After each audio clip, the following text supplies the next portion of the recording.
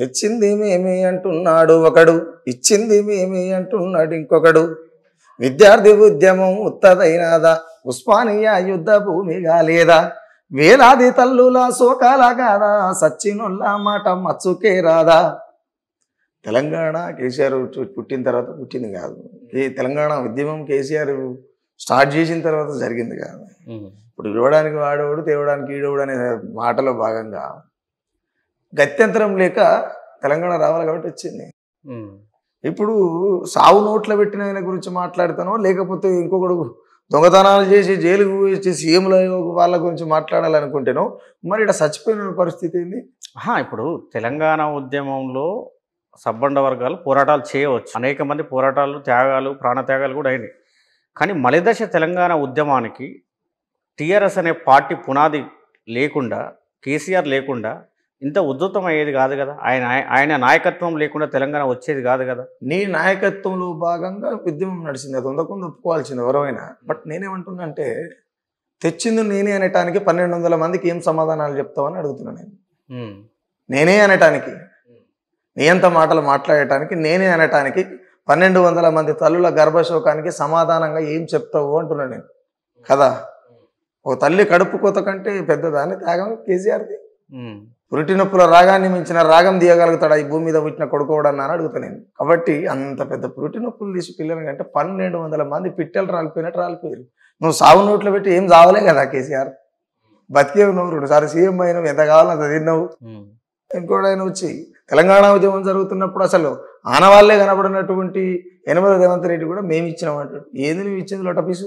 కాంగ్రెసే కదా ఇచ్చింది తెలంగాణ. నువ్వు కాంగ్రెస్లోకి వచ్చినంత మాత్రాన మేము తెచ్చినాం, మేము ఇచ్చినామంటావా నువ్వు? ఎట్లా అంటావు? ఆ రోజు నువ్వు ఏడున్నావు రేవంత్ రెడ్డి గారు? నువ్వు ఉన్నావు అసలు? నీ ఏంది, నీ పసుపు కండ కప్పుకొని నువ్వు ఏడ బేరాలు చేసుకుంటున్నావు, ఓటుకు నోటు కేసు దొరికి ఒక దొంగగా నువ్వు నిలబడి ఉన్నావు. ఇవాళ మేము ఇచ్చినావు అని మాట్లాడుతున్నావు. 1200 మంది బిడ్డల సావులు చూడలేక గత్యంతరం లేదు కాంగ్రెస్ పార్టీకి. గత్యంతరం లేక తెలంగాణ రాష్ట్రాన్ని ఇచ్చిర్రు.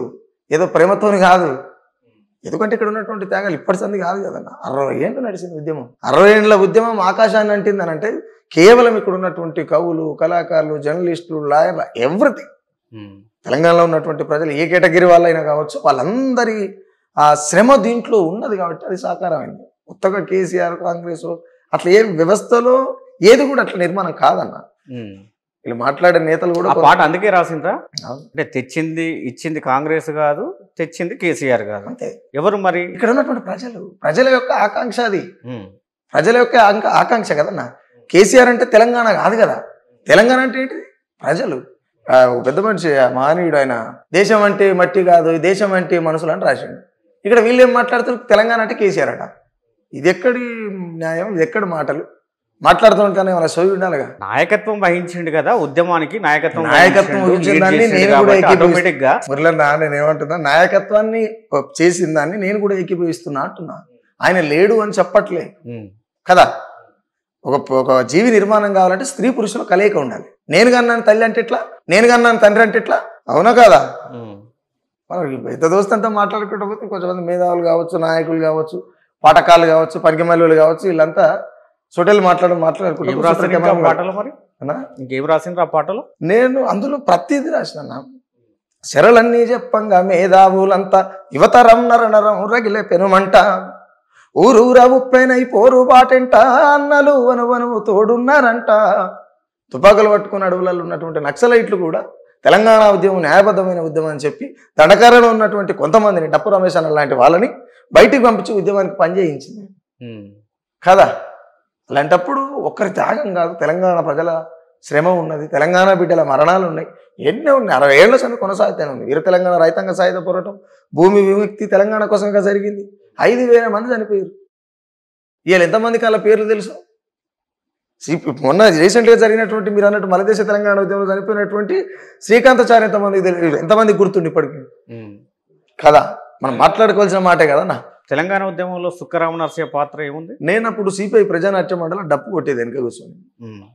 నేను ధూమ్ధాం జరిగితే ఆ ధూమ్ధాం వెనక వెనక కూర్చొని డప్పు కొట్టుకుంటుండేది. అప్పుడు పాటలు పడకపోయేదా? అంటే అవకాశాలు రకరకాలుగా ఏంటంటే, ఏ వ్యవస్థలో అయినా చిన్నోడు పెద్దోడు ముందు వరుస వెనక వరుస అని ఒక కథ ఉంటుంది.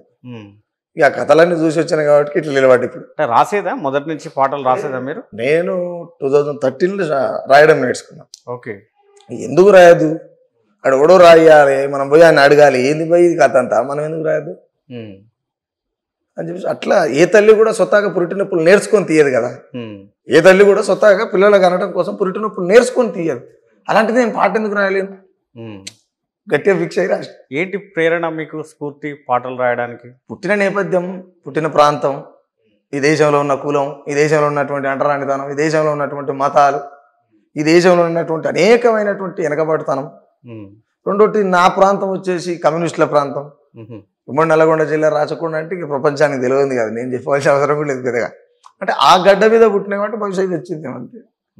అంటే నేనేమంటే ఒక రకంగా నేను చేసిన వృత్తి, నేను పుట్టినటువంటి కుల వృత్తి కావచ్చు, అది ఈడదాకా పట్టుకొచ్చింది. ఎందుకు అనంటే ఎవడన్నా చనిపోతే ముందర కడుపులో పుట్టినటువంటి తలగురుగు పట్టినటువంటి కొడుకు కంటే కూడా ముందర నడుస్తారు ఈ మాదిగా కులపలు, డప్పులు కొట్టుకుంటా సిందులు వేసుకుంటా.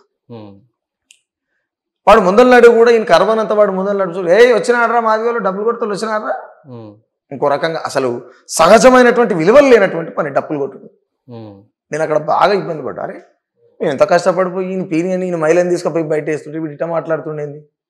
ఎక్కడున్నది సమస్య అంటే కులవృత్తులనే ఉన్నది బానిసత్వం అని చెప్పి డిసైడ్ అయ్యి ఈ డప్పులు గిప్పులు కాదురా నాయన అని చెప్పి మనంతలా మనం బయటకు వచ్చి, నేను యాక్చువల్గా పెయింటర్. ఓకే. వాల్ పెయింటింగ్ చేస్తుంటా. తర్వాత చిన్న చిన్న బొమ్మలు వేయడం నేర్చుకున్నా. ఇప్పుడు ఇప్పటికే వేస్తా బొమ్మలు, బతకడానికి అది బతుకుదేరు. అంటే మీరు ఆ నేపథ్యం గురించి చెప్తున్నారు కాబట్టి, ఆ జాతి నుంచి వచ్చిన అని చెప్తున్నారు కాబట్టి, ఆ దండోరా అనే పాట ఏదో రాస్తుంది కదా, గూటం దెబ్బల. ఏంటిది పాట ఒకసారి పాడండి. గూటం దెబ్బల గుంపును చూడు, గూడెం గూడెం గదిలిందో, డప్పుల మీద నిప్పులవాన దండోరై మోగిందో, తంగడి చెక్కాలందల తోలు తల్లి పేగై తోలిందో. అరే గూటం దెబ్బల గుంపును చూడు, గూడెం గూడెం గదిలిందో, డప్పుల మీద నిప్పులవాన దండోరై మోగిందో, మా తంగి మట్టి చేతుల కత్తిని మెత్తగా నూరి ఇచ్చిందో, మెత్తగా నూరి ఇచ్చిందో, వర్గీకరణ చేయకపోతే మందు పాతారై పేలుతామో. మందకృష్ణ ఉద్యమం అనేది అలంపూర్ టు హైదరాబాద్ పాదయాత్ర చేసినప్పుడు అన్నతో పాటు ఒక 7-8 మంది ఎవరు, ఏంది ఇంత పెద్ద నాయకు వెనక మంది లేరు అని చెప్పి అంటే ఒక రకమైన ఫీల్ అయ్యి రాసినారు. అదే ఫస్ట్, అదే లాస్ట్ నేను రాయను. స్వతహాగా ఇంకో పాట కూడా చూసాను మీకు, దండోరా అని కాకుండా ఇంకేదో సమ్ పాట ఉంది దీని మీద. అంటే డప్పులు ఎందుకు, డప్పులు రాసి ఏంటి అది? నేనేమంటే అది కూడా ఒక రకంగా చెప్పాలంటే మందకృష్ణ అన్న ప్రేరణతోనే రాసిన. కలెక్టర్ అయినా సరే డప్పు కొట్టాలన్నట్టు, డప్పు కొట్టడం వద్దని నేను అంటున్నా. కలెక్టర్ చదివిన తర్వాత మళ్ళీ సంకలకు డప్పులు వేసుకొని సన్నాశేషాలు వేసుడింది అనేది నా ఇంటెన్షన్. ఎందుకు అనంటే చదువుకుంటే సమాజంలో వాస్తవంగా దాన్ని వృత్తిగా స్వీకరించి ముందుకెళ్ళొద్దు, కానీ ఒక జాతి నేపథ్యం నుంచి వచ్చినప్పుడు నీ ఆత్మగౌరవం కోసం కొట్టు తప్పులేదు, నీ ఆత్మగౌరవం కోసం కొట్టు తప్పులేదు, కానీ అవతలో నీ కాళ్ళ కాడ కొట్టడం అనేది తప్పు అంటున్నాను నేను. అవును. డప్పులు కొట్టుడే కాదురా బిడ్డ, దండును గట్టాలే, ఎక్కువ కులమని నిక్కే కొడుకుల గుండెలదన్నాలే. ఒక మనిషి ఇంకో మనిషిని కలుస్తప్పుడు లేనటువంటి, సెక్స్లో పాల్గొంటున్నప్పుడు ఒక మనిషి ఇంకో కులపైన కలుస్తప్పుడు లేనటువంటి కులం, కలిసి కూడుంటాం జీవితకాలం బతికుంటాం అనుకుంటే కులం ఎందుకు అడ్డం వస్తుంది? అట్లా ఉందా పరిస్థితి? మీరు ఎదుగు లేదన్నా, ఎదుగు లేదు. నాకంటే ఎక్కువ మీకే తెలుసు. మొన్న సూర్యాపేటలో మాలాపంటిని చంపి ఎన్ని రోజులు అవుతుంది? ఎన్ని రోజులు అవుతుంది అన్న? చక్కగా 4 నెలలు కాలే. అంతకుముందు ప్రణయ్ కావచ్చు, ఇప్రపట్నంలో ఒక మాలల పిల్లగాడిని కావచ్చు, ఇట్లా అనేక డైలీ జరుగుతూనే ఉన్నాయి కదా, డైలీ జరుగుతున్నాయి. 1 రోజు 2 రోజులు కాదు. మొన్న సూర్యాపేటలో ఇంకో అమ్మాయి, వాడు ప్రెగ్నెన్సీ చేసి వదిలిపెడితే పరువు తట్టుకోలేక చనిపోయి. యాక్చువల్గా మీకు ఒక కవిగా చెప్పండి, ఇవన్నీ చూసినప్పుడు వాస్తవంగా కులం అనేది కేవలం పెళ్లి వరకు, ప్రేమ వరకే ఒక అభ్యంతరకరంగా మారుతుందా, లేకపోతే ఇతర అంశాలలో అనుకూలంగా ఉంటుందా?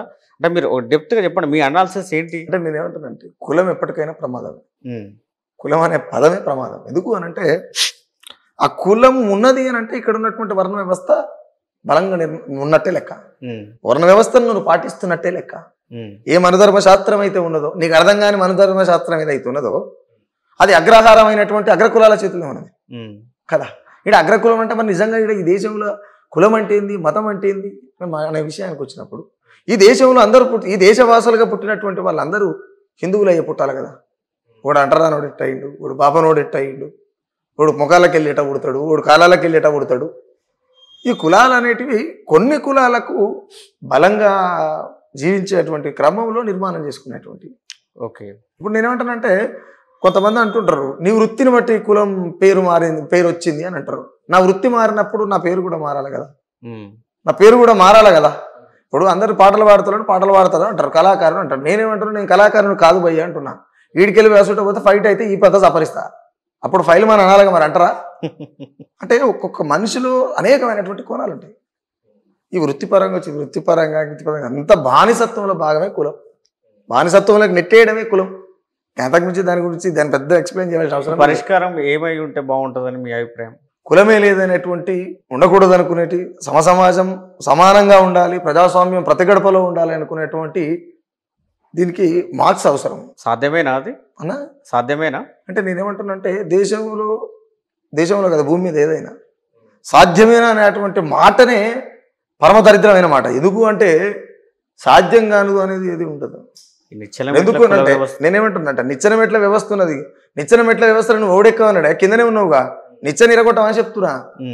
నిచ్చెన ఇరగొట్టి పారాయి. కొత్తగా నిచ్చెన మెట్ల వ్యవస్థ గురించి మనం లెక్కలు చెప్పుకుంటూ పోయి అదంతా ఉత్తమించున్నా. ఎందుకు ఈ మాట అంటే సాధ్యం ఎందుకు కాదు. ఎప్పటి సందో మొదలుపెట్టిన తెలంగాణ ఉద్యమం కాలేదా? బ్రిటిష్ వాళ్ళని ఎలగొట్టలేదా? ఓ ప్రాంతం వేరు, ఓ వ్యవస్థలో మొత్తం ఇన్ని సబ్బండ వర్గాలు పరస్పరం కలయించుకొని కలిసి ఉండలేక మానసికంగా శారీరకంగా ఈ హెచ్చు తగ్గులో ఈ నిర్మాణం సమానంగా రావాలంటే ఒకరు ఇద్దరు అనుకునేది కాదు కదా. మరీ ముఖ్యంగా వ్యక్తిగతంగా ఎవరికి వారు రియలైజ్ కావాల్సినటువంటి అంశం. అంటే వ్యక్తిగతంగా కావాలి అనుకున్నప్పుడు వ్యక్తిగతమైనటువంటి విశ్లేషణ చేసేటువంటి వ్యక్తులు వ్యవస్థలకు రావాలి. ఇక్కడ ఉన్నటువంటి వాళ్ళంతా కుల సంఘాలు, మత సంఘాలు, అంత క్రెడిట్ కార్డు బాపతిగాలే ఉన్నారు. ఇక్కడ ఎవరు మారుస్తారు? ఒక్కొక్క మనిషి జీవితకాలం ఉద్యమాలు చేస్తే కూడా అలా కుల గురించే చెప్పారు, కానీ రాజకీయపరమైనటువంటి చైతన్యాన్ని నింపలే. ఎక్కడ నింపలే. కమ్యూనిస్టుల గురించి మీరు మాట్లాడలేదు. నేను అన్ని కుల సంఘాల గురించి మాట్లాడుతున్నాను. నేను ఒక కమ్యూనిస్టుల విషయానికి వస్తే కమ్యూనిస్టులు మేము మనసులమే కాదని చెప్పి నెట్టిపాడేస్తే కమ్యూనిస్టులు నడువులకు తీసుకొచ్చి అడరాని వాళ్ళని అంబేద్కరిజం తీసుకురాలి, కమ్యూనిస్టులు తీసుకొచ్చారు. నేను ఊళ్ళలోకి తీసుకపోతే మీకు ఒకవేళ క్లారిటీ కావాలనుకుంటే మీరు ఎవరు పట్టుకుని అంటారు. ఎందుకు చెప్తున్నా ఈ మాట అంటే అంబేద్కరిస్టులు అంటే అంటరాని వాళ్ళని క్లారిటీ ఉంది కదా. ఈ దేశంలో రాజ్యాంగం రాసినటువంటి బాబాసాహెబ్ అంబేద్కర్ని కూడా అంటరాని చేశారు ఈ దేశంలో ఉన్న వాళ్ళు కదా. అలాంటప్పుడు అంబేద్కరిస్టులు అయినటువంటి అంటరాని వాళ్ళని కూడా ఊళ్ళోకి తీసుకుపోయి అందరు తాగే ఛాయ గిలాసాల ఛాయ తాగాలని అని చెప్పిందే కమ్యూనిస్టులు కదా.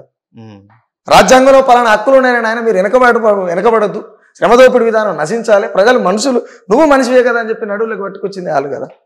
నేను వాళ్ళ గురించి చెప్పట్లేదు. నేను ఏమంటానంటే ఎవరైతే ఇక్కడ కుల సంఘం అనో లేకపోతే మత సంఘం అనో అనేక సంఘాలన్నా ముఖ్యంగా సంఘాల వల్ల సర్వనాశనానికి దారి తీస్తారు తెలంగాణ కావచ్చు, దేశం కావచ్చు.